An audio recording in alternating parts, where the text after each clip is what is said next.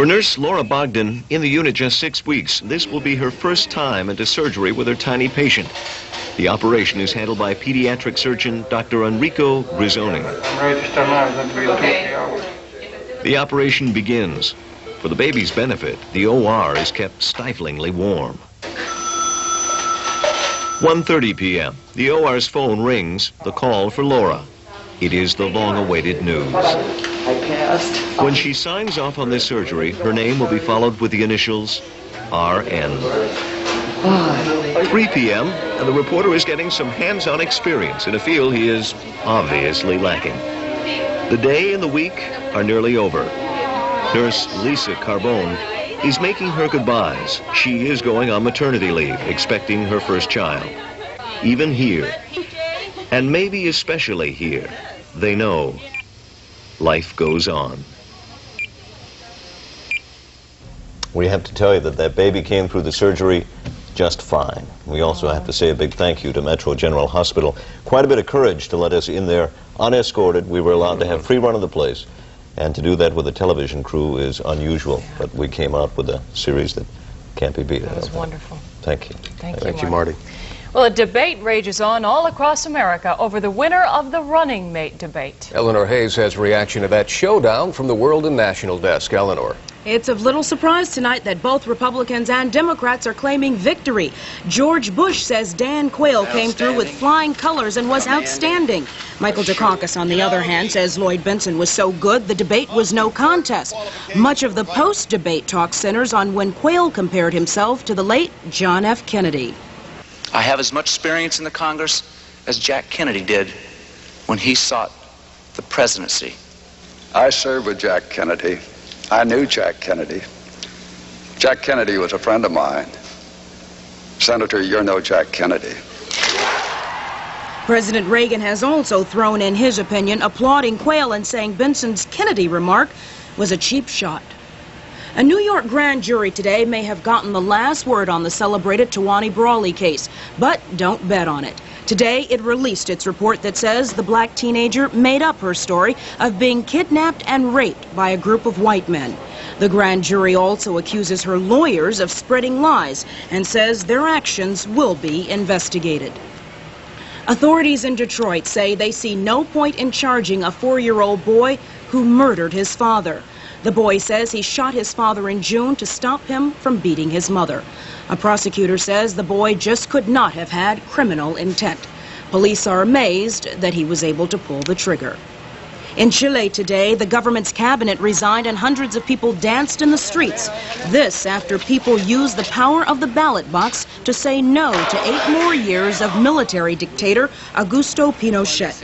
It's being called a victory for democracy, but that remains to be seen until next year's election. A second day of rioting in Algiers forced the government there to declare a state of emergency. The military has rolled in to bring calm after demonstrators took to the streets to protest rising prices. And a newborn is called a bundle of joy. But a Chicago area woman has given birth to what you might call a jumbo-sized bundle of joy, weighing in at 15 pounds, 7 ounces. The 2-day-old girl is already wearing clothes designed for 6-month-olds. And you have to believe her mother when she says she was mighty surprised, but awfully happy. And that's a real handful. And that's all for now from the World and National Desk. I'll be back if there are any updates. Tim and Robin. All right, thanks, Eleanor. Well, the Browns may be struggling on the field. But they are having no problems at the ticket window. Yeah, in fact, those people that complain about games not being on local TV are going to have no problem. Some good news concerning that and all the sports next.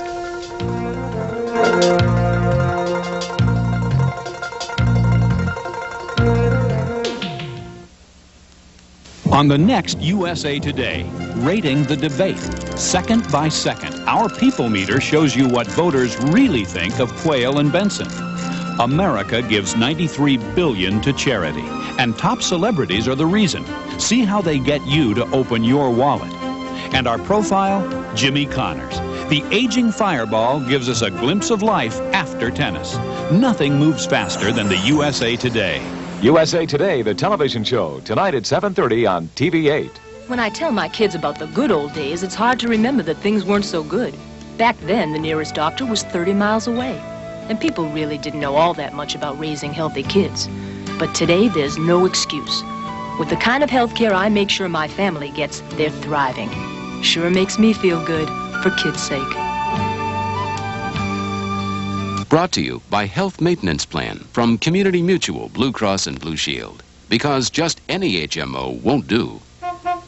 Ooh, you'd better hurry. Remember, you're seeing the doctor today. Okay, bye. Bye. We've been members of HMP since before he was born.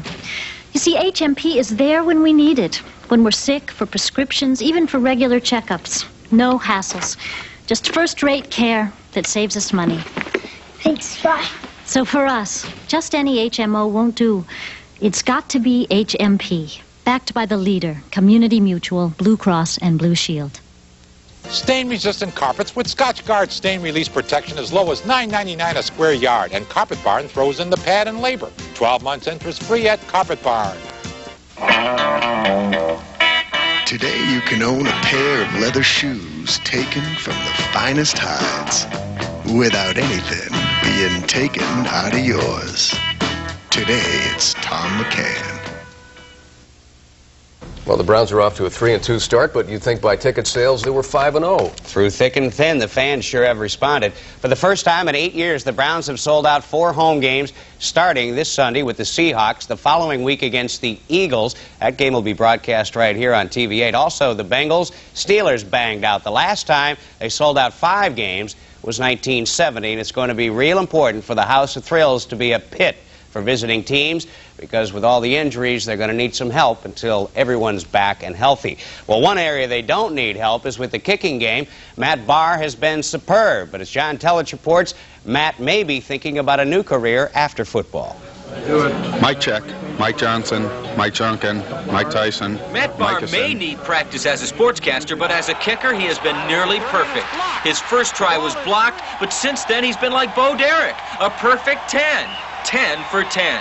A lot of things have to happen for the field goal to occur. Good snap, good hold. I just look at myself as being able to contribute to that effort if the offense stalls. While not a debate of the magnitude of Benson and Quayle, many felt Barr couldn't connect from over 40 yards since surgery, but against the Colts and the wind, Barr drilled it home. A lot of times I've been given flack for supposedly being